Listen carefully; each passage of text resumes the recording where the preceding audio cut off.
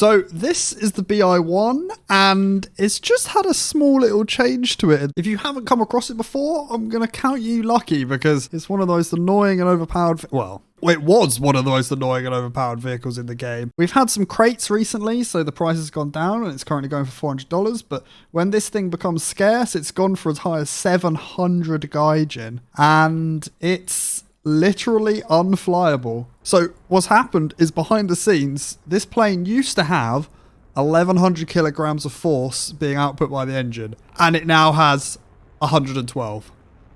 And usually this plane accelerates a bit like a Harrier. If you've ever seen a Harrier take off the runway, it's been about 5-10 seconds already, and as you can see, we aren't moving, and we're not going to be moving for quite a while longer.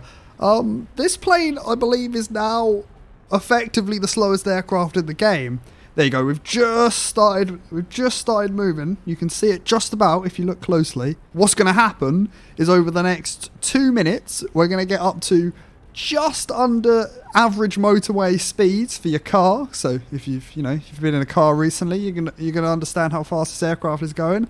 And then we're going to run out of fuel because obviously the BI1 is all about fuel and not having much of it, and you've got to manage your throttle. But even at 100% throttle, and we've been in this test flight for maybe, 40 seconds now, we are at 15 kilometers an hour. This is possibly even slower than tanks, and I'm talking about the slow tanks. Like, I think this aircraft is currently less effective at accelerating than a mouse or a Doom Turtle. Can you imagine spending 400, 500, 700 Gaijin on this?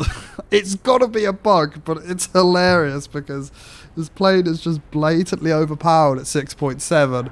It's just silly having it at that battle rating. I don't know what anyone else thinks, but I thought it was pretty funny. So just as a heads up, if you're thinking about buying this plane, until it gets fixed, you can't use it.